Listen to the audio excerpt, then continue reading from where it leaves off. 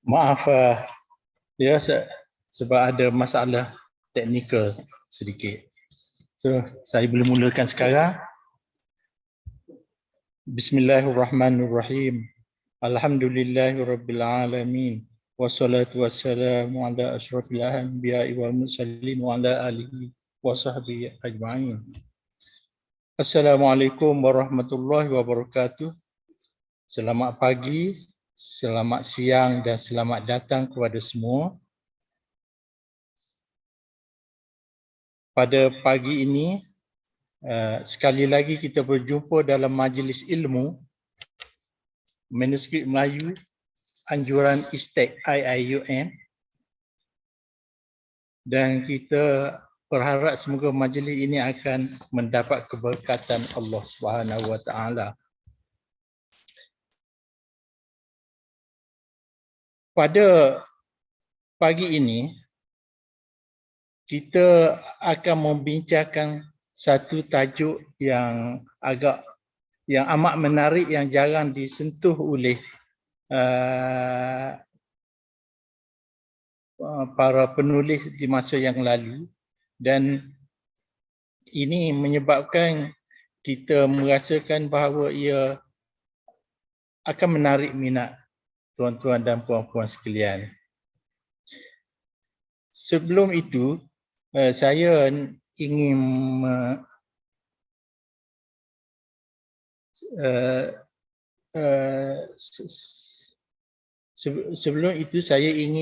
memaklumkan bahawa majlis ini dianjurkan oleh Istek, but also supported by Malaysian Historical Society and IIUM Library. The topic for today is analyzing classical literary texts from religious perspectives. I will read a short note about the topic. It is almost unknown and was seldom discussed that religion of the various traditions of the past have had great influence on the literature of the past or pre-modern literature. The concept of time, space, and consciousness in the traditional literature is completely different from the literature as it is known today. This lecture will emphasize on how major religious concepts and thoughts should be highlighted in analyzing and evaluating the literature of the past or classical literature. A comparison will be made between traditional and modern literature, and we will suggest the method of approaching the various religious literature of the past. As we all know, in Malay manuscript, there are many topics that can be found, although mostly related to Islam, but there are also many topics on other subjects like history, literature, language, belief, etc., etc. So, by looking through the perspective of Islam, we can also look at the content of the manuscript that is related to literature.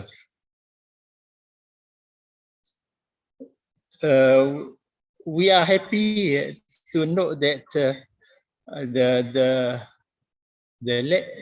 lecturer today has been with Istek for a very long time, since its inception. It is he joined Istek 1 or 2 years after it was established, and he worked as a as academician in ISTEC for almost 22 years. I will also would like to mention here, although he has been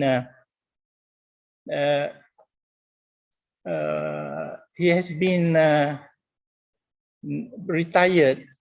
He has been retired for some time back, but he is still very active. In the recent past,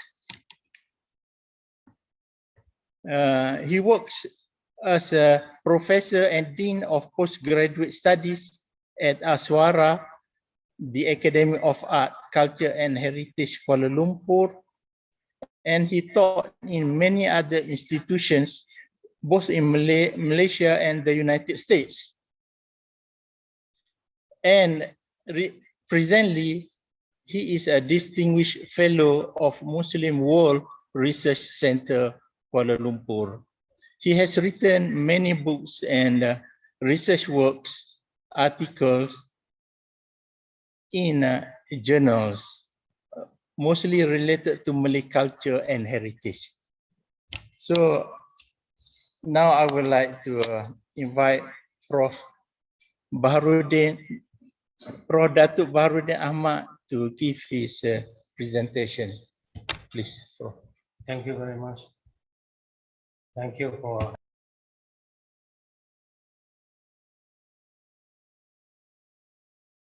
and of course, I think this is a very, very important topic and requires thorough understanding among scholars of what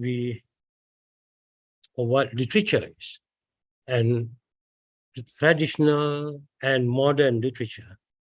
What are the meanings and what are the purpose? What should be learned for what purpose? Is literature just a free knowledge like what we used to say today, where you can just learn any knowledge without any purpose?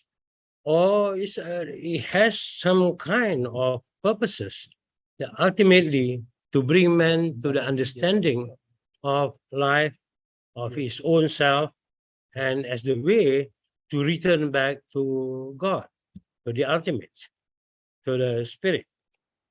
Now, defining literature is depending on the time of history. In different time of history, literature used to be defined in a different way than it is today in the modern world, where literature has been cut off from tradition, that the tradition of the past, and the purpose of literature is to know our surrounding and the interaction between man and man, and man and society, and man and his product. Of course, in Europe, modern literature emerged out of this historical condition. What happened in the 17th century and 18th century? And while literature received a new definition and a new understanding among the European, France and England and UK, and then later on it entered the Muslim world through Al-Azhar University.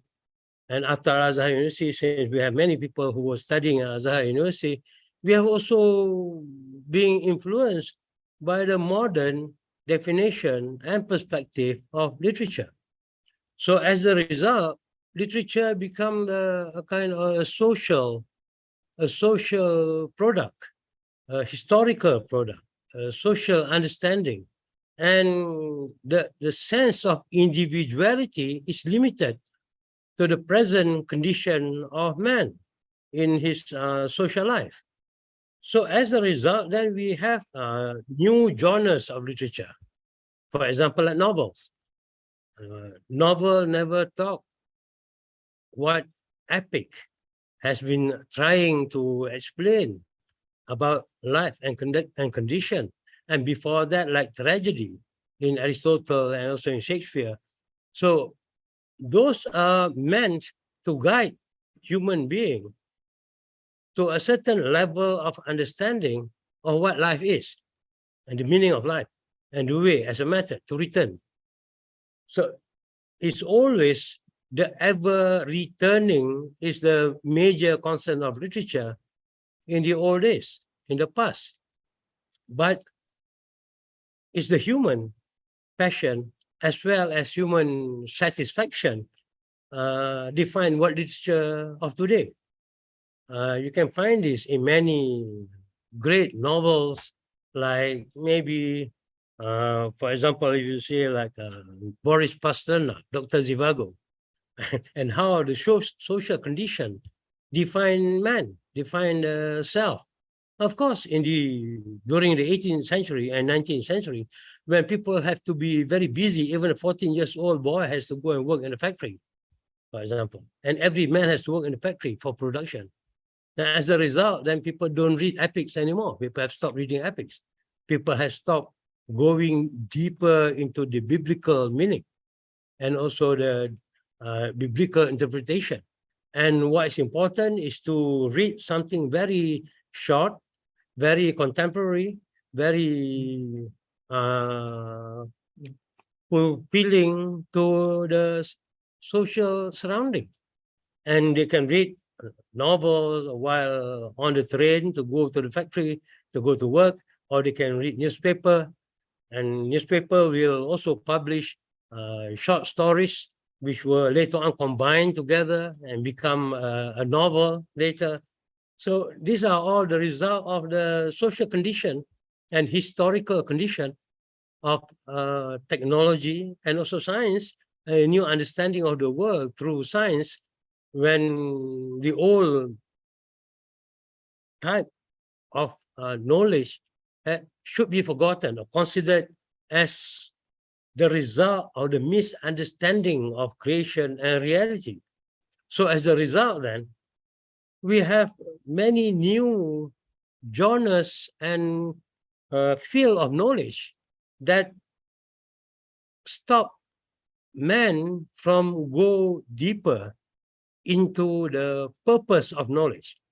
Of course, knowledge has a purpose, but of course, you know today that knowledge must not have a purpose. It doesn't matter whether it has a purpose or not, and the purpose is to know, and what is knowing, and the purpose of knowing, and so on and so forth are all defined in an absolutely different way, in a different perspective.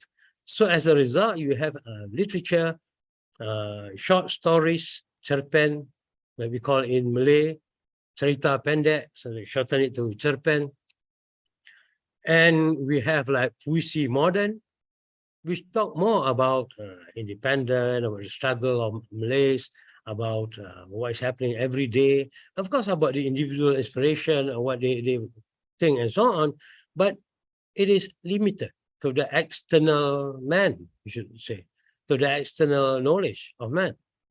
Now, in the old days, in big epics like Mahayana and Mahabharata, Ramayana and Mahabharata, and also the combination of Ramayana, there is the Bhagavad Gita, and in many, many other things, which I will again touch later on.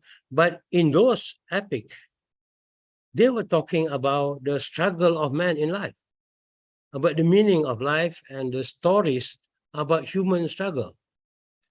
Struggle for what? Struggle to know the meaning of what reality is. Of what reality is. So reality is a continuous struggle and war, external war, as well as the internal war, that indicate our soul is actually at the condition of trying to know ourselves through the external as well as through the internal. So literature is not simply a reading. You buy a novel and then you read one chapter and then you put it away. And then you read it again some other time. It wasn't a serious type of knowledge, but literature is something very, very important and very, very deep and very, very significant in trying to understand the relationship between this present reality and the higher reality. Now, this can be seen in all the type of literature as well as culture. Now, we cannot talk about literature alone without talking about culture, and without talking about heritage, of course, but culture, the understanding, and of course, philosophy too. And there are different types of philosophy and hikmah, and especially hikmah is very, very important in Malay literary tradition. That's why Kitab Hikam Melayu became one of the most distributed work in Malay literary history, Kitabul Hikam, or Kitab Hikam Melayu in Malay. Now, which indicate that literature is a field of knowledge, but it's not unrelated to the other field of knowledge, to culture also. Now, I'm saying this is very important because we are going to talk about other things also. Now, one of the things that I want to say, and I wish to repeat what I've said before in other lectures of mine, that I quote something that is related to Buddhism. Now, I said it's the Borobudur in Central Java. Now, Borobudur is a place of meditation. It's not a temple. It's a place for meditation. Meditation to know what life is. Now, I don't mind giving an example from Borobudur, saying it's a very clear example of the reality of creation, reality of being in this part of the world, of course, and also in other parts of the world. It was a replica of the Angkor Wat, and Angkor Wat a replica of another temple in Himalaya, and so on and so forth. And people travel back and forth to those places. Now, Borobudur itself consists of 3 levels. When I visited Borobudur, I could see clearly that Borobudur consists of 3 levels. One level is the lowest level. That is the level of matter as it is, or materia prima. It's just matter without the human soul, or without the soul. So it consists of the 3 first levels of Borobudur. Just matter, nothing else. Then after that, we go to the second level, which is not square. Now, the first level was squarish. So on top of the square level, which I define as the material level of matter, you have the round levels. There are 3 round levels. It goes round on top of that 4 level. And surrounding these 3 levels, you have all the stories, all the sastra, all the literature about life, about the struggle of life, about war, about travel, about struggle through travel, either to find a beautiful princess through happiness, or go through a struggle to win over a crown that has been taken away from you, just like the story of Bhagavad Gita itself, and also taken from the other literature of Hinduism and Buddhism, like the Kalila or Dimna, Jataka, and so on and so forth. And their story about the world of the spirit, how the world of the spirit, or how the spirit entered the body, and the body belongs to the spirit, actually not the body itself. So the king came to the the higher spirit came to the king, say, this small bird of yours, it's not yours, it's mine. But the king said, no, it's mine. What is the meaning of life without this spirit, the small spirit? So the king said, if you wish to take the spirit from me, you might as well take my body away, my material self away altogether, because it belongs to you. That's how the bigger spirit blew its spirit into the smaller spirit. That's the spirit of the individuals. And here, the example is a king, always a king that represents individuals. And which indicate in these 3 levels, there's a story of the struggle of life. And then you have the 3rd level. 3rd level is the highest level. you have freedom, the level of freedom. There is the level where Buddha was sitting underneath the Bodhi tree, or I think in Malay they call it pokok beringin. In Malay it's pokok beringin. He was sitting under the tree and received nirvana, or being free from all the levels of the world. So since there are levels in the world, there are levels in reading a literary piece of writing, because a writing is a representation. It consists of words, and it consists of stories when you put all the words together. But it represents the breath of the person who blow the spirit, or who impart the spirit into letters and into words, into language, into different plots in stories, and come to finally to a story. So there's something behind the story. There is a man. A man is behind the story. And who is this man? He is the one who received the inspiration, if you can say, regarding the reality of this world. So literature consists of level of understanding. It's not simply just a reading. So a reading of the words, the reading of the story, the reading of the self, in order to understand what literature should be or is.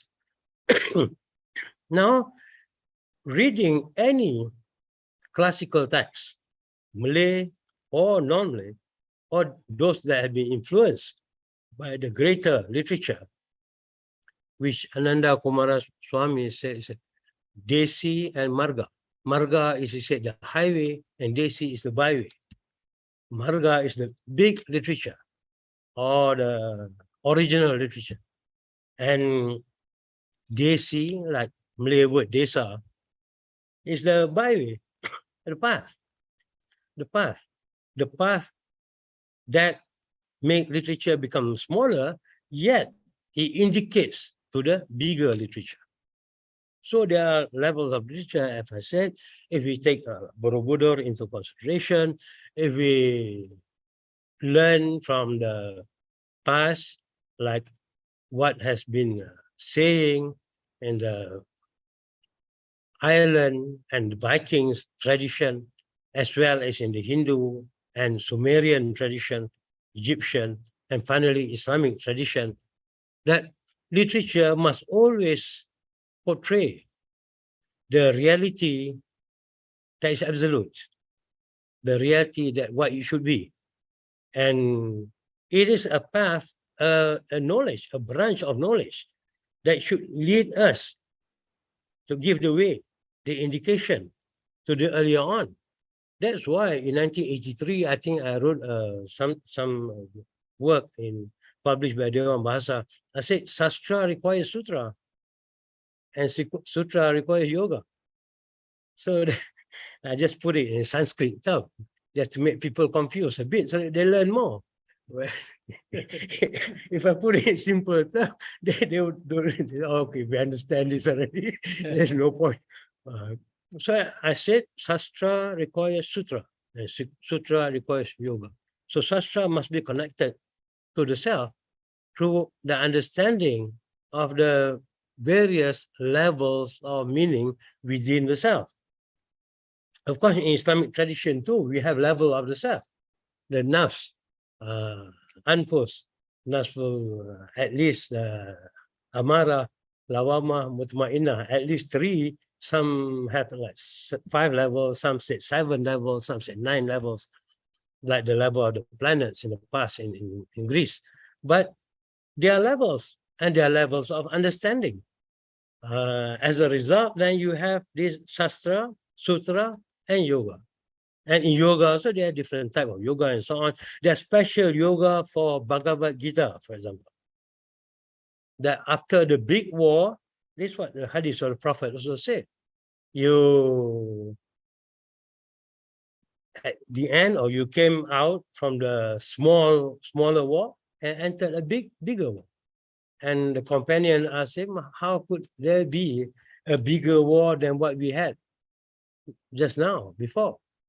Then the Prophet said, it's the war with your own self, the struggle within, in order to achieve understanding. That's why there must be a struggle within. So in this case, then a struggle must continue, not from the external perspective alone, but through a channel. And in this channel, there's the Sastra, to the final end. And this is the whole story of Bhagavad Gita. Bhagavad Gita is the conclusion of Mahabharata. And in Mahabharata, there's always war after war after war after war. We are always in the state of war with kejadian, with alam, with ourselves, with others, social, and so on and so forth, all in the state of struggle. And we are in the state of struggle since we have been imprisoned in this world. So we are always in a state of struggle, definitely. We are made of earth, and then God blew into us of a spirit from him. So it's just the same thing. We are the matter or the bodily self. Once the spirit enters it, they become alive, but not totally alive, but there's a kind of life. It has a life, a preconditioned life, a preconditional life there, and not the absolute life. And we have to struggle to come out from this, the cage of the body, in order to enter in order to be free. I want to say, free. That's why. That's why then I say there are different definition to literature, and literature is very, very important. Classical literature meant for a certain purpose, not just for writing alone, not for the historical condition alone, not for, but for the individual self. Finally, ultimately, that's why we have a lot of writers in the Malay world. If I want to give the example on Malay world, then we have writers who talk about the mystical philosophy. There are those who talk about cerita, about hikayat. And hikayat is meant for everyone, yet for the understanding of every single person. A king is just, as what Kumaraswamy said, a king is just like a prototype. He is not a king, but he is a man who is a kshatriya, a man who take upon himself the purpose of governing a government and to defend the government from an external enemy. So he has to be a kshatriya. The higher one is, of course, the Brahmin. The Brahmin, they are just for the purpose of knowledge and nothing else, not like the kshatriya. So I said there are levels. That's why I said there are levels. Since there are levels, then the Gita, the Bhagavad Gita, the sacred song, talk about it. Talk about the inner struggle. He talked about Arjuna, who were confused. What is the meaning of life? Why must I enter a war with my cousin and with my uncles and with my grandfathers and with others? Why must I enter all this struggle? What is the meaning behind this? So Krishna was advising him. Krishna is like the middle world, the middle kingdom. He was Arjuna. He was advising Arjuna, saying to Arjuna, this is what life is all about. You have to go through this struggle in order for you to understand the higher meaning of life. And life itself is like a middle world. Life is a middle world. Being is a middle world in comparison to beyond being. In comparison to beyond being. So in order to establish an epistemology for literature, classical especially, we had to take into consideration of what literature is, the knowledge of literature, the purpose of literature, and why we are reading various forms of literature in this part of the world or in the other part of the world. Now, the Gita was talking about the human struggle, and it was translated into Malay, I think in 1930s by where the Raja Pujangga, Amir Hamzah. It was translated into Malay by Ahmad Hamzah. And surely Ahmad Hamzah must have been thinking about all this kind of thing. And his poem, Nyanyi Sunyi and Baharuddin were talking about this also. What's the meaning? Why we are here and why should we struggle? Why should we go against someone else? Why should we go against this and against that? So if we want to know the meaning of that, then we have to enter into the philosophy of being as it has been discussed before, not well known, but discussed before. For example, like Aristotle or Plato. If you compare Plato and Aristotle, then Plato talked about the man in the cave. He was talking about the cave. The cave is so close, like this one. Then people look at the other people inside the cave itself. They cannot go beyond it. So they think that what is happening is between this and that, between that object and this object. Only those who have been freed or managed to get the glimpse of the higher world, then come to know that this world of being is, is close, is very close. It is complete in itself only. Yet it is a prison, is a Gehenna, Jahannam. It's a cage that imprison us, like this being. Imprison, why imprison? Because there are two things here. One, ourselves, the other one is the object outside ourselves. So the object outside ourselves must be able to comply to our inner self-understanding. That's why Plato said, well, you don't see those things.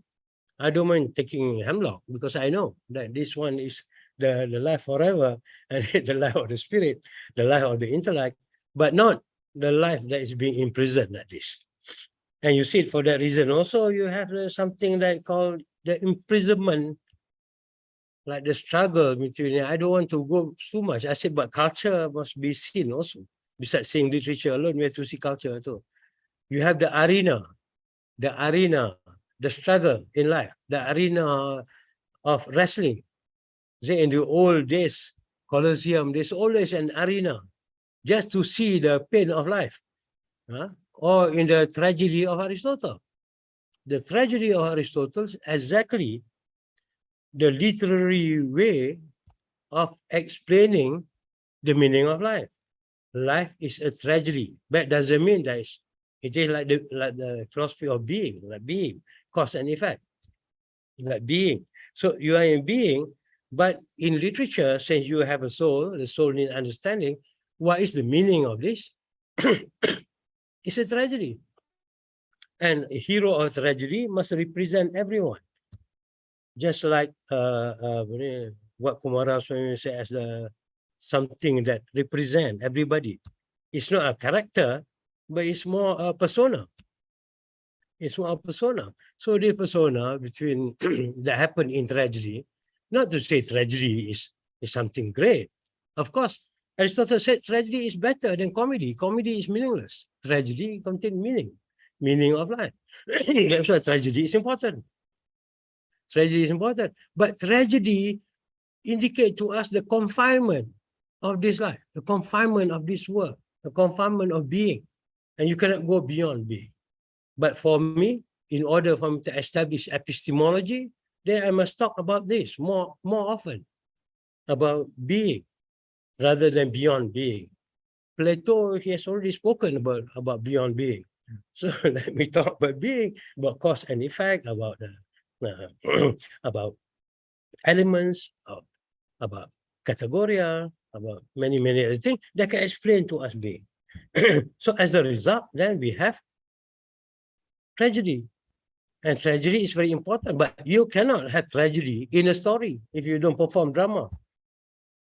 Drama is as important as tragedy, or more important than tragedy. Tragedy must be seen, because tragedy is seen from the higher point of view in life.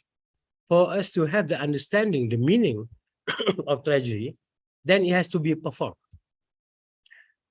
When you perform, then you realize the meaning of your own life, and you have pity. on others who are suffering. So it becomes like a balm that help you to release your pain in life.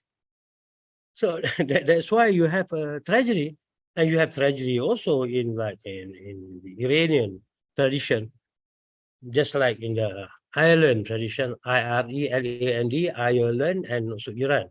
Iran, they are of the same culture, of the same race earlier on. So Ireland, Iran, here.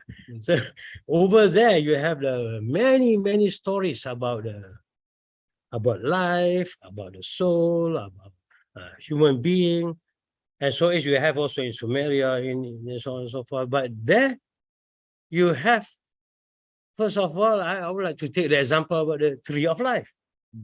So 3,000 years BC in the Celtic tradition, you have already the story of the tree of life. Life is like a tree. It's like a seed. You planted the seed, or God planted the seed. There's a hadith on this also, but it's a weak hadith, I think. God planted the seed and it become a tree. Every word is like a seed that become a tree. So everything meaningful, everything good become like a tree, the tree of life. Now, I said in the Celtic tradition, we have this tree of life. And Islamic tradition, we have the tree of life also. Like the tree right in the middle of paradise, and God say you don't eat this fruit. If you eat this fruit, you can be in trouble. And then you go to the Hindu tradition, they call it pepper tree, and pepper tree also right in the middle of the paradise, or the Vakuntha paradise in the Veda. So this tree of life also in the Hindu tradition. Of course, the Buddha found enlightenment underneath the Bodhi tree. Underneath the tree. And when Moses came to the sacred Lembah Suci, then he saw God behind the tree. And also in Malay, other Malay tradition, it's also about the tree. Pohon beringin. Pohon beringin. So when we relate story now, just now we have the general understanding of literature, the meaning, the purpose of literature, and so on and so forth. And also, I say the story is in culture as well as in literature. We have to combine it for the understanding. Now I want to talk about wayang kulit. Now, before you start the story of wayang kulit, before you start the story of life, before you start the story of understanding, you must take a pohon beringin and put it in the middle of pacak ke atas apa? Batang pisang. Batang pisang ataupun kayu kan di depan. So there's a pohon beringin right in the middle. Jadi it's beginning of life, at the starting of life. Then we take it away. The tukang cerita, we take it away, and then the beginning of the story, play on the story, behind the light. So light is behind. Because of the light, then we have the story. Without the light, then we cannot have the story. It's on the screen. So life is like something on the screen, because there is a body in the middle and there's a light behind. What is a shadow? There is the screen. Yeah. So that's why in wayang kulit, in Indonesia they call it gunungan. Gunungan. Gunung also very important. Since gunung is important, then you have gunungan. Pokok is a gunungan. Gunungan. So where you want to find the meaning, you find the gunung. The gunung. For that reason, then, now we are talking about symbols in Malay tradition. Just now we talk about first about pohon, the universal tree, or the tree of knowledge, or the tree of right and wrong, or the tree of the sacred tree in the middle of paradise that you cannot eat, cannot take from it, because it belongs to the higher spirit, or it belongs to God. It's not yours. If you take it, then the spirit become part of you. Then you become confused. Either me or God. Is it God or me? So this mine. This mine. It doesn't belong to him. So as a result, become confusion. The three that cause confusion. The three that cause us to think, of course. So it become three of knowledge. Now, just now about the wayang kulit. Before you start the wayang, maybe you call bayang. It is also bayang. And life is also a bayang, a shadow. So life itself is a bayang. So we thought it's real, but it's not real.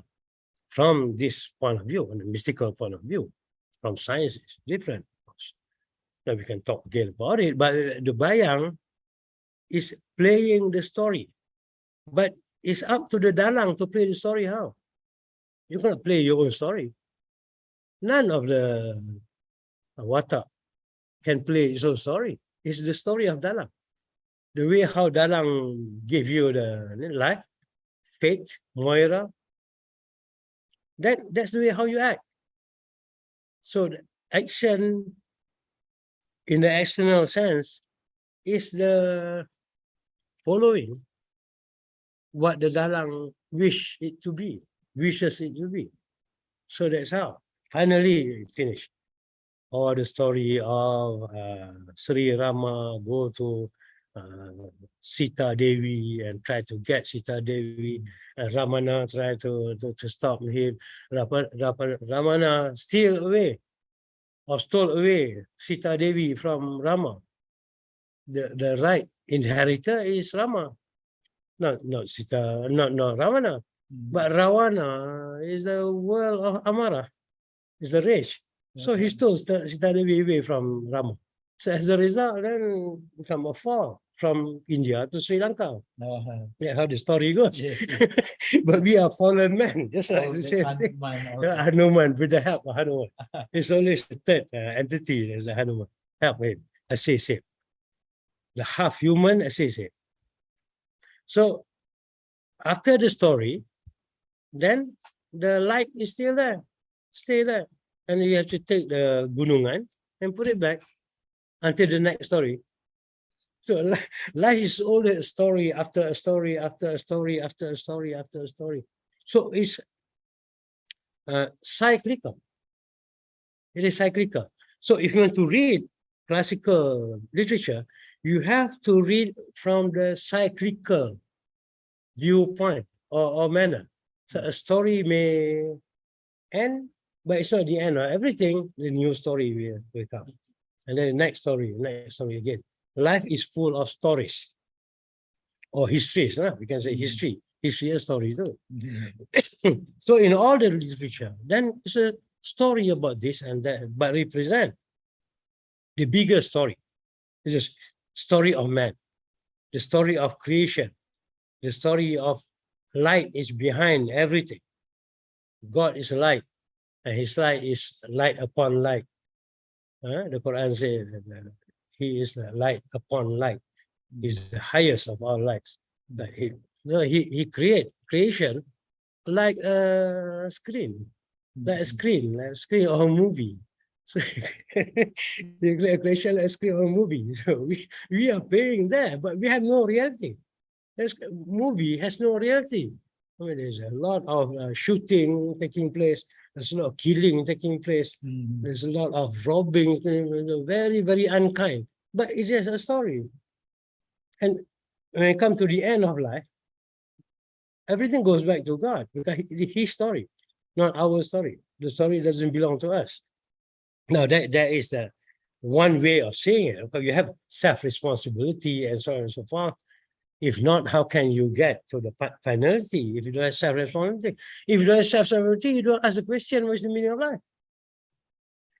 It's just because you have to be answerable to your mother, then I have to do something, I have tasks, I have a responsibility. Then you're beginning to realize there is a responsibility in life. And what is the responsibility of life? Is responsibility to know the self. Finally, come back to that. Now, I was talking about these three. The Buddha found enlightenment underneath the Bodhi tree, and we call it Pohon Beringin in Malay. And the Pohon Beringin is representing being, B-E-I-N-G, being, that is life, and God is always behind the tree, and the tree of life. And we have to understand all these things. So in classical literature, we have to understand all these things. We have to understand all these aspects that were trying to be explained through literature. And finally, we come to the big literature like the Bhagavad Gita. And when we have Gita, then we have Wayang. When we have Wayang, we have the easier way or a very simpler way to understand life. After that, we have to refer back to the Gita. And of course, we refer to Gita, we have to refer to many traditions in Hindu religious tradition. Now, that's why I said Sastra is meant for Sutra, and Sutra is meant for yoga. There's always the level of participation. There's a participation in Sastra. There's a participation in Sastra. And when we learn literature, we have to participate in literature. When we learn tragedy, we have to participate in tragedy. So the self must always be alive. Right? It's one of the branches of Hindu tradition. They call Samkhya Yoga.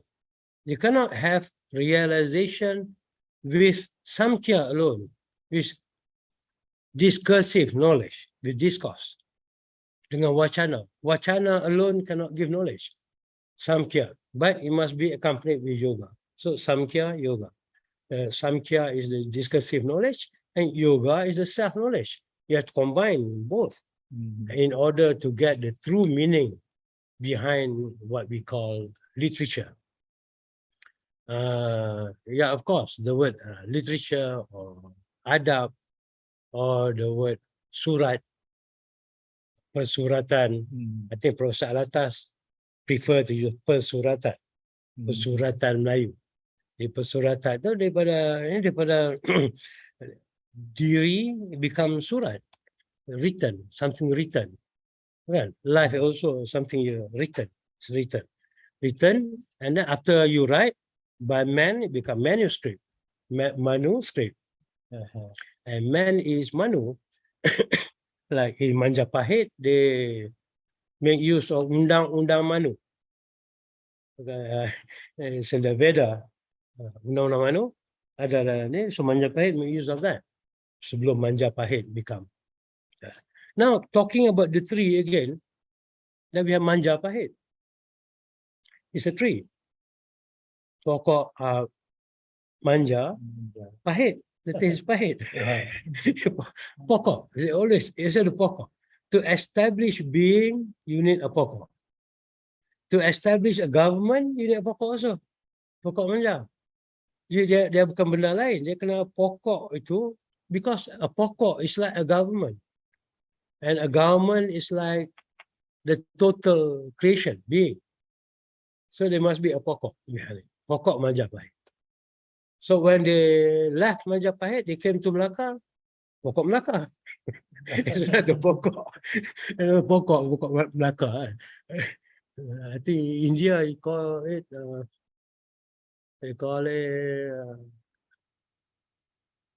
I can't remember now. In Melaka, it's called Pokok Melaka, Pohon Melaka. And why Pohon Melaka? Because certain event happened, and the Raja saw certain event. He thought, well, there's something, the place must be like a sacred place or representing a sacred place. So why not we establish government here? That is the simpler way. I'm not denying that there must be a port, and the Arab came, and the Indian came, Chinese came, and they established the port of Melaka and so on. But in the simplest way is establishing existence. Establishing existence. E-I-S-T-E-N-T. Existence, not existence, but existence. A particular being, a particular government, a particular territory. So if you want to start a territory, you identify the pokok first. The pokok represents the territory. Okay, in the simplest way for people to understand or misunderstand, you make use of the tree as the symbol of reality, right? Reality. So three play a very important, I say in Greek, in Hindu, I said just now is the apple, and now in what Christian tradition is the apple tree, and also we have the three tuba tree.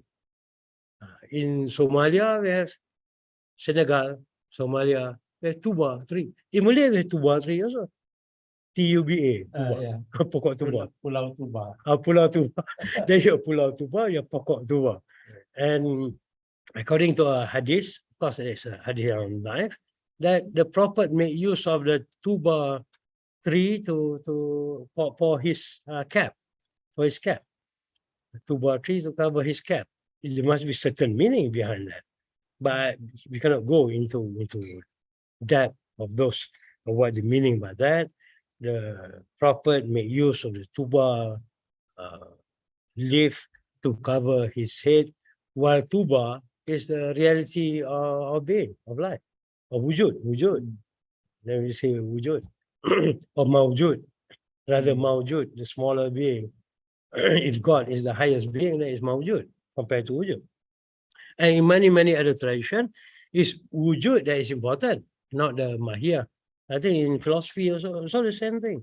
In philosophy, in Mula Sadra, the Hikmatul Muta'aliyah, what is important is the wujud, the existence. You have to identify existence, not mahiyah, not the mahiyah mahwa, not the thing, the whatness that is in the brain, the definition of the thing, but the thing itself without definition. So you go beyond definition. Now literature help you to go beyond definition in order to know how to realize the self, in order to act. Okay, in order to act. Now there's another symbol, the symbol of putri. In Malay literature, in any other literature, even Japanese literature, in, of course, Sita Devi, in Hindu literature, and also even in sacred texts, to win a princess, or because of the princess, there's a fall and there's an achievement. Again, in the history of the Prophet, so more or less the same thing happened. In Malay, we have Putri Buluh Betul. Putri Buluh Betul. Putri Buluh Betul is very, very important because it is a straight tree, a bamboo tree that's hollow in the middle. And the Putri live inside the bamboo tree, like the soul living inside the human body. So it is a Putri because it's a soul. So because jiwa, then dia kena female. Kalau dia matter, male. But jiwa is female. And then when return back, the soul back in the form of female. Sebab itu ditanya Ahmad binti apa nama mak? Bukan nama bapa. Bapa belong to the being. That is one analogy. I'm not saying people say, well, if your father can be anyone, your mother is your mother. We look for a different point of view. Your father can be someone else. So we spoke about that, and also we spoke about water. There's a lot of symbolism of water, of the middle world. Water also represents the middle world. Sungai, laut, juga peparitan. Semua ada. So it came from above, air, dia mengalir, dia jatuh ke laut, like it's a universal soul. Laut is big. The place where we return. That's why I think Prof also mentioned about rain that recurring. It come back and go back there. It come here, it go back there, like knowledge, recurring. Soul is always it came from above, first of all. Then it's part of the ocean. Then after the ocean, it enters all the rivers. It enters all the rivers. So when we die, our soul return back to the ocean through each river, through the river. So the smaller, the minor soul enter back to the big ocean in order for it to be together with its original self. Now, all this tradition you can get in Plato, also you can get in, but interestingly, you get this in Bobo Hizan in Sabah, the tradition of Bobo Hizan. So in the tradition of Bobo Hizan, if someone passed away, or someone died, then the body will be taken to a lodge where they say all the prayer, orang asli, the prayer of orang asli. From that place, the soul, the body, inside its carrier, will go through a river. And the people will continue to chant, until the river face the ocean or meet the ocean. Once the river meet the ocean, the soul will enter the universal soul. And then the chanting will be very, very intense. The chanting will be very intense to say goodbye. To say goodbye to the soul. Because now the soul entered the ocean already. Okay? Which means that every aspect of life, river and ocean and the soul and the body and so on, were explained in this kind of culture, heritage, as well as literature. As a result, it is very, very important if you want to know ourselves. We have to go back to the tradition of the past, Malay tradition or Hindu tradition, or go to the mystical tradition of Islam, or to Aristotle and Plato and Hermes and so on and so forth. Many Chinese. And just now I talked about Putri Buluh Betong. In Japan, you have Putri Buluh Betong too. In Japan, Putri Buluh Betong. You will stay inside the Buluh Betong. Okay? But during the night, we leave Buluh Betong. During the night. We go out and help others, help those who need help. Okay? Yeah, help those who need help. And then during the daytime, we will enter the Buluh Betong again. So we have the tradition of Buluh Betong, of course, right, in South Asia, and then in Japan, as far as I know. I'm sure you have in China and other parts also.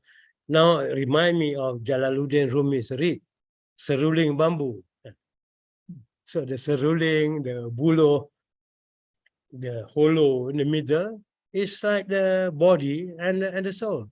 That's how Mas Nabi started with the cry of the reed, Tangisan Buluh Perindu. That's how he started. Tangisan Buluh Perindu, they ask question, it's a very important question, the meaning of life. Takkan other question are more important than this question. And so manusia zaman dahulu menyatakan bahawa inilah persoalan yang paling penting dalam hidup. Tak ada yang lain lah. Kita tak apalah, boleh lah kerja itu kerja ni, jadi itu jadi ini. But this one is the main thing. Right? The shahadah also. Meaning of life. The meaning of life. Shahadah is simply saying that. There's no God but God. There's no self. There's no you. You are the shadow. You are just the shadow. That's what the shahadah is saying. There's nothing else. Tak apa, balik kepada Rumi dan Buluh Betong. You have a lot of Buluh Betong dalam kesastraan Melayu. And then you have, as I said tadi, the water that represent the soul also, that move from one place to another place and back to the ocean. I'm sure in other traditions you have the ocean is very important. Now, beside that, you have also like the meaning of man. Just now I talked about the struggling, the meaning of man. And numbers, like number 9, number 5. Number 5 is important. Pendawa 5. Hikayat Pendawa 5. It has to be 5, right? Yeah. And Hang Tuah 5 bersaudara. It also has to be 5. Why? Because 5 represents senses. In the inner war with the self, we are fighting with sciences, just like in Bhagavad Gita's war between the Kurava and the Pandava. And the people of Kurus fighting the Pandava. The Pandava is 5 of them. Itu Pandava 5. Pandava 5 dalam Jawa. Pandava 5. And then we had the people of Kurus, 5 of them. The Pandava fighting the Kurus. And if you go deeper, then there's a reason why they were fighting. Okay? Because the Pandavas, they were trying to get the throne from the Kurus. And the Kurus, they were just the cousin of Kurus. They are not the Kurus. The Kurus, they were really the prince of the king. They are the real prince, not the cousin. For the Pandavas, they are cousin. So they are fighting the Kurus. The Kurus by right should rule the country, not the Pandava. But the Pandavas, when they become the form of being, then they try to struggle against the Kurus. When they struggle against the Kurus, there was war. The war between the right heir of the throne and their cousins. This war is all about. So when we talk about this, about the symbol and so on and so forth, then we are talking about the classical Malay literature. Of course, you have sloka, we have pantun, and their nature also. Like pantun, for example, you cannot stop. It must carry on, carry on, carry on. Like the story of wayang kulit. The story of wayang kulit is a continuous, because life is a continuity. This life and then even next life is a continuity of this life. One era is a continuity of this era. History is a continuity. That's why it's called shajara. It's another tree, you know. Shajara is a tree. And we have the sajara, the title. Shajara. The shajara is a tree. So it's a continuity. We have pantun, the nature continuity. We have sloka, the nature is continuity. We have like babalas pantun. We have all the forms of art of the Eastern man, and in the Malay world, it's a continuity. It's a continuous process. It's not like novel or short stories, as I said earlier on. In novels, this man is this man. It cannot be other man. Yeah. It is a character of the hero. Then the writer will paint the character of the hero in the best possible way. Dia pakai baju warna apa, rupa dia macam mana, rambut dia macam mana, karakter dia macam mana, sifat-sifat dia bagaimana. This is the hero. The hero has to be portrayed as exactly as man as he is. Not what he represents. Not his persona, but himself. Heroine has to be a heroine.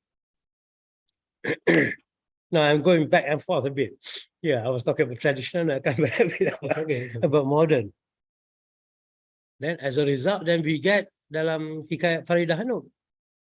It's a real man, Shafiq Effendi and Baharuddin Effendi and Faridah Hanum herself. And the story goes all about women emancipation and so on. What happened? Because they copied from Egypt, or they created after the understanding of Egyptian tradition. Al-Manar, Abdul, Rashid Ridha, modernization of Islam. So benda tu sangat temporal, not the real thing. And of course, these people, they copied from French and English. Now, we come back to the traditional. I said just now, you have pantun, you have sloka, you have gurindam, you have kata-kata hikmat, you have many, many things which we have to go into one by one. But the more important, the marga of literature is what was brought by the Sufi tradition. Why I say Sufi tradition? Because that was the most widespread and read by almost the whole population of South Asia, from Ibn Arabi to Ibn Ata'Allah Iskandari. All their works were ditafsirkan semula, was reinterpreted by Malay writers such as Hamzah and Nuruddin and Shamsuddin Sumatrani and Abdul Rauf Singkel and so on and so forth, Muhammad Al-Banjari, Tok Pulau Manis, Abdullah, Tok Pulau Manis Rangganu, who wrote and translated many works of Ibn Ata'ala Iskandari into Malay. I know three works of Ibn Ata'ala were translated into Malay. Kitab Hikam Melayu, and then Tajul Arus, and then Miftah Al-Falah.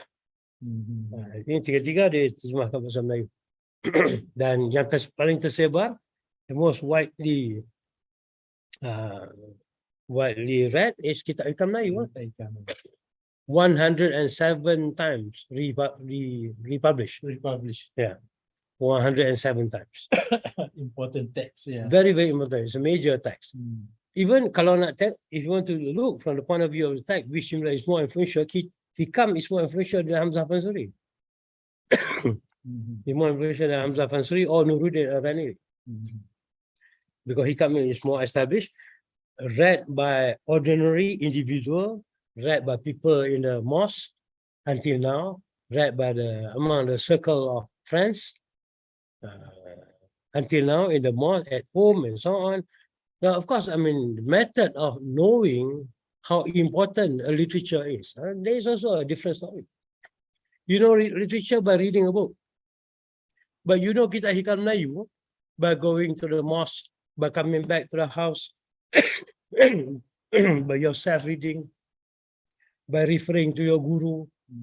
So what we call as reading, a reading of literature, is totally different between classical and modern.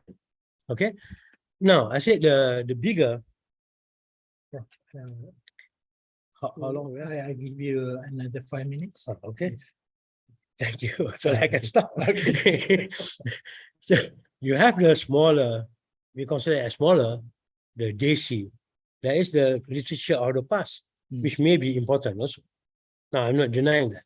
I don't want some Malays may think, why are you bringing back all the Hindu stuff before, the Buddhist stuff before, and you are dangerous. Sometimes they may say that way. But we are talking about the content of those things rather than trying to influence people. No, it's not the purpose. Now, if we have those traditions, and we have those traditions of the hikayat Melayu, dan peribahasa Melayu, dan pantun Melayu, and so on and so forth, local. Then we have the hero which came from nowhere, right? Kata sahibul hikayat. Tak ada term apa ke, Jafar apa ke, just what they say. Sahibul hikayat just like a dalang. You mean? Sahibul hikayat, kata sahibul hikayat. So it represents men in general. So that's the nature and the plot and so on. I cannot go into that at the moment. Then we have the Islamic tradition, which also in a way talk about what has been spoken before. Now we have Hamzah Fansuri, Nuruddin, and then we have Shamsuddin. We have, as what I said just now, it reminds us of what? Ibn Arabi, the student of Salahuddin Shirazi. It reminds us of Rumi, it reminds us of Ibn Ata'ala Iskandari, and Ad-Darkawi, Shah Ahmad Al-Alawi, and so on and so forth, which indicate that classical literature, if you want to call it classical, before we don't say classical or modern, ini tiu, we start cakap pasal classical modern, ataupun Zubair Osman. And then bila kita belajar semua, we still also talk about classical modern. Before that, people don't talk classical modern. But yeah, Mr. Jan to show the influence of the Western, he said, ni classical and modern. Theo even worse than that. They say, well, the classical just throw away. No point, just talk about concentrate on the modern alone. Modern alone. And of course, many what we learn in school and so on, we don't give proper attention to the classical. We only care about the modern. Right? So I said, now we have the Islamic tradition. It is very, very important. And from 1,300 So until now, people continue to write all the Sufi work, all the work, ajaran tasawwuf. People continue to write less and less, of course. Sometimes printed also. But those are the heritage that we cannot throw away. We have to understand, we have to study, we have to make it big. Make it big because that is our backbone. That's our backbone. And then as a result, we have to give proper concentration to the study of those kitab. There are a lot of them, I cannot mention all, and make these writers as important because they took us to the international level. Because of Hamzah, because Nuruddin, we come to know Ibn Arabi, we come to know orang lain semua, Sadruddin Punjabi, we came to know Ibn Ata'Allah Iskandari, then we came to know about other tradition also, even sampai tradisi Somalia, the Senegal and so on. So because of the internationalization, and the international is external, dia international lah. Tapi internal dia universal. It's universal. So we came to know all those and we become a part of the Muslim world, as what Prof said dalam buku dia Islam dan Sejarah dan Kebudayaan Melayu.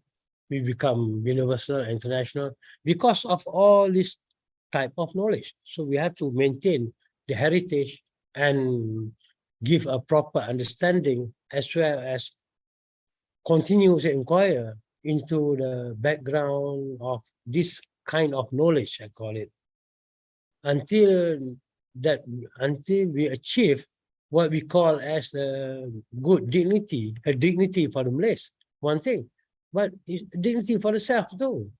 So both, we achieve both by maintaining this heritage and tradition. So thank you again. If you want to go into any particular genre, then we need another time for this, inshallah. If there is a need for it, time. But thank you so much for the listeners. Assalamualaikum warahmatullahi.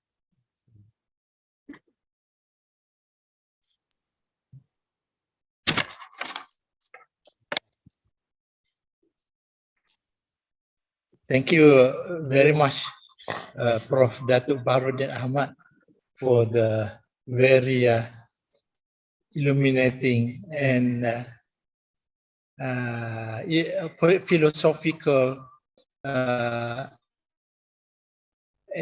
examination of the content in the Malay literature that we can perhaps study further. That we, in order to understand Malay literature especially, or any other literature, we have to understand more than just what is written. We have to understand the purpose of life, the existence of God, and the symbolism, etc., etc. So I think for the would-be researchers, maybe this is an important new approach in the study of literature,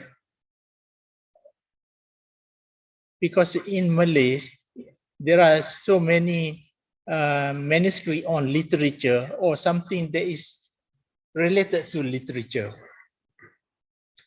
So our speaker today has given quite a long thought on this subject, and I think he has more in his mind, but I think that we can reserve for the next lecture in the future. Except that I just want to ask Dato, this I remember about this Sufi Syair written by Hamzah Fansuri. There are so many symbolisms, such as he was talking about Syair Perahu, Syair Burung, all this. I think it is a much deeper meaning besides just a text. Can you explain about that symbolism, or what do you understand of that? I can only explain according to my understanding. Of course, there are many other people who can explain too. Now, Hamzah, besides Arabic, then he also talked about this Syair Perahu. Yeah. I think in that Syair Perahu itself, he mentioned that the Perahu is like a body. It's like the body.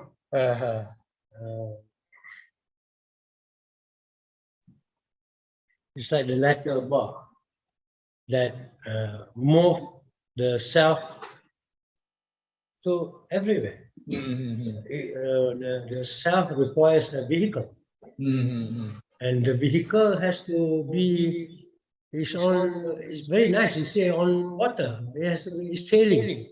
Life is a sailing. It's a sailing process.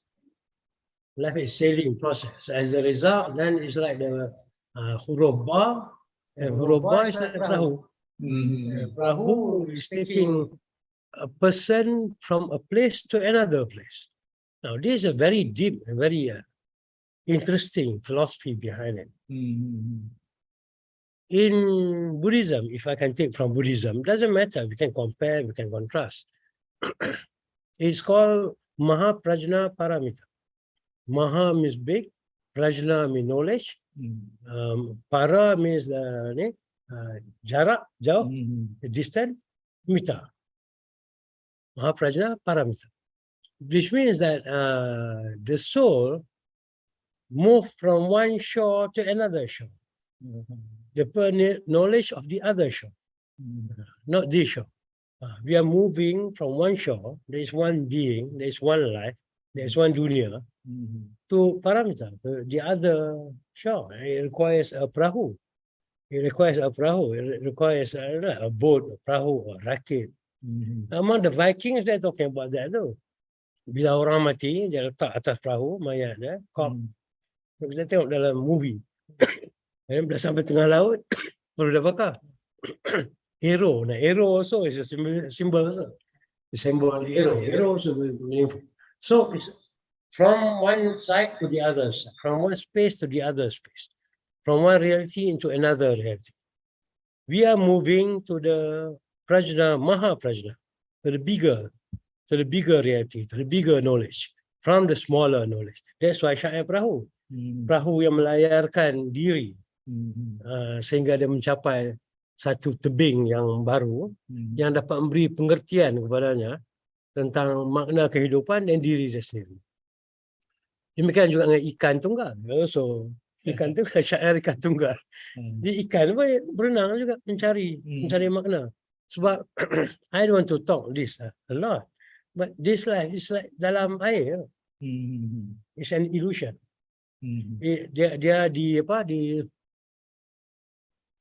Dia terbias.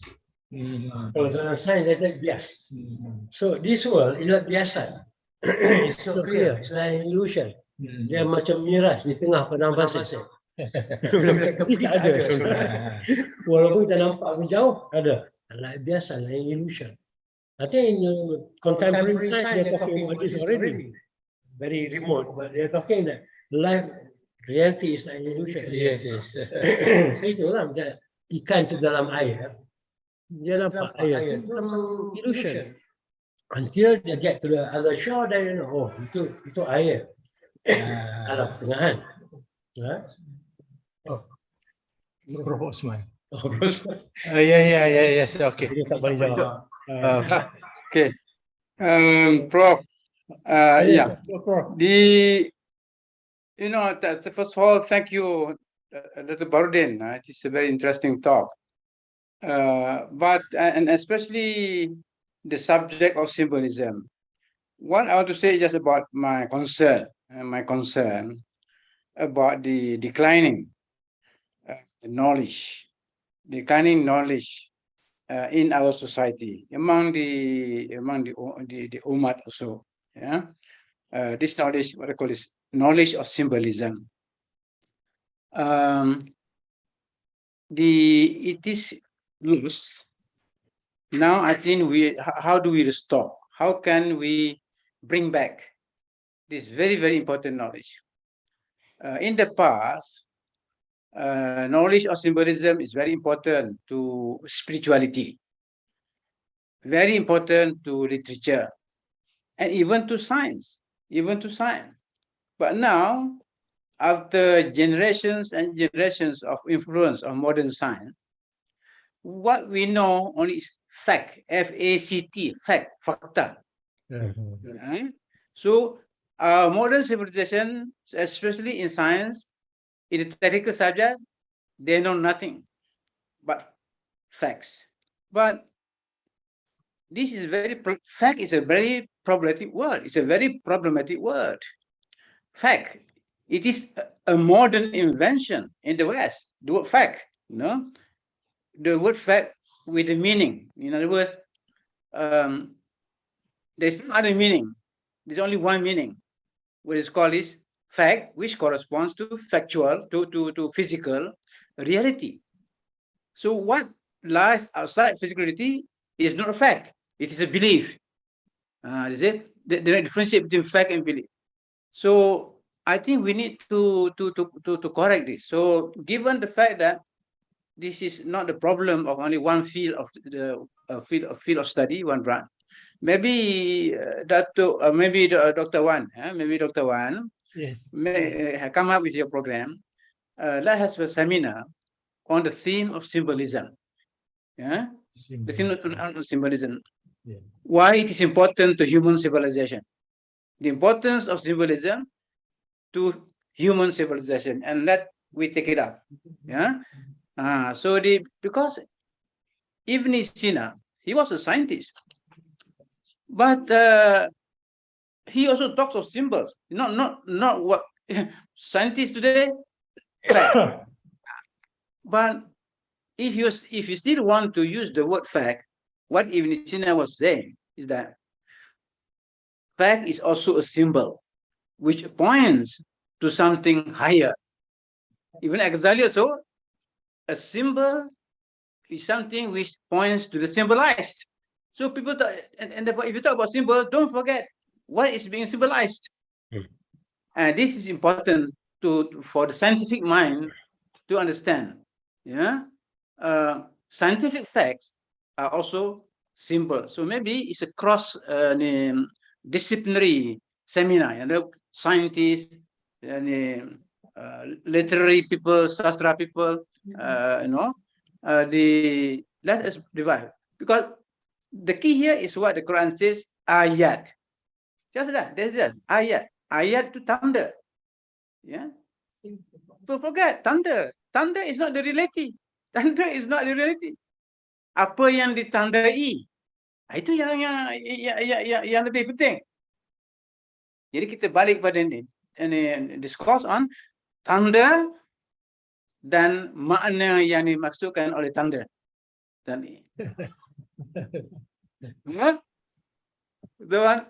Yes, so yes, I have to suggest that. very good, very good. Yes, yes.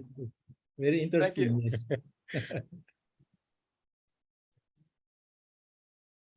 Okay, thank you. Any more? Symbol, yeah, very important. Yes. Symbolism, very important in Malay literature and culture. Malay literature heritage. No, symbolism is very, very important. Tidak macam datang turun di gunung, gunung Mahameru Yes, dengan yes. cahaya, Yeah. Wan Malini nampak cahaya. What was trying to say? All are symbols. Oh, symbol.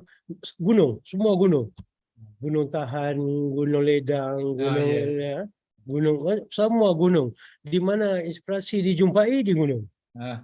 Semua kena naik atas gunung untuk dijumpai. Bukan saja Melayu, tapi Japan sama, China sama, Hindu sama. Sama. Di Beijing, the Mount Tai, you go up, there's 7 layers, Mount Tai. 7 layers, Raja boleh naik 6 layers. Only a sage can go up to the 7th. Ni semua ni story about symbol. It's very, very important. Gunung. kita jumpa apa Putri Santubo. Semua putri ada di gunung. Yeah. Putri Santubo. Ah. Putri itu putra.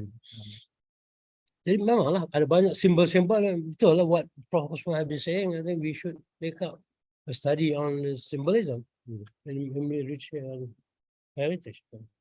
Yeah, yes, I think symbolism is a very interesting topic to be pursued in the future, because it's not just in one manuscript. In so many manuscripts, there are we can find symbols, either as Prof mentioned just now, in Islam, in literature, in historical texts, there are so many symbols that we should understand and we should pursue further in order to make ourselves clear about the ultimate objective.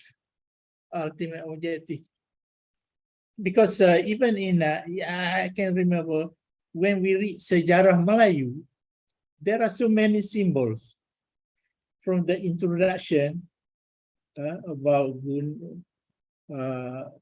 Mahamiru, that the padi turned gold, all this and that, and the children of Raja Suran was born in the sea government, etc., etc. And later we can see the symbols of when the author will not like to criticize the rulers directly, they use symbols. So there are so many things to talk, to study further about the symbols. So we have overtaken the time reserved for the talk. Anyhow, if there is any more question, please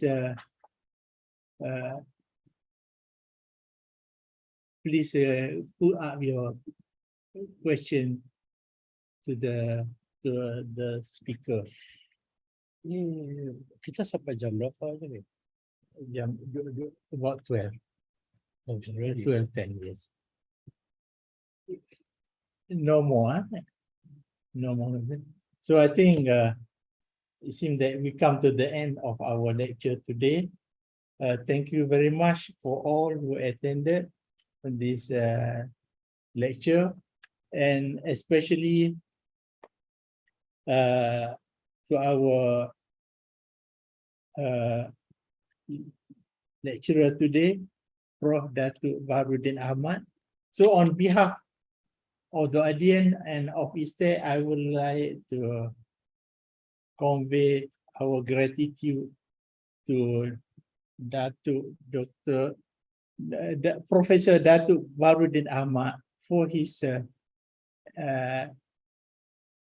cooperation in being the lecturer for today on a very interesting topic that we should, I guess, pursue further on the topic analyzing classical literary texts from religious perspectives, especially about the symbols that we can find in the traditional Malay texts. So I think with that, I would like to thanks also to everybody who contributed to the success of this lecture, the technicians and the staff of ISTEC, and also the attendees of this lecture. So for that, we come to the end of the session, and I would like to end the session now with Assalamualaikum warahmatullahi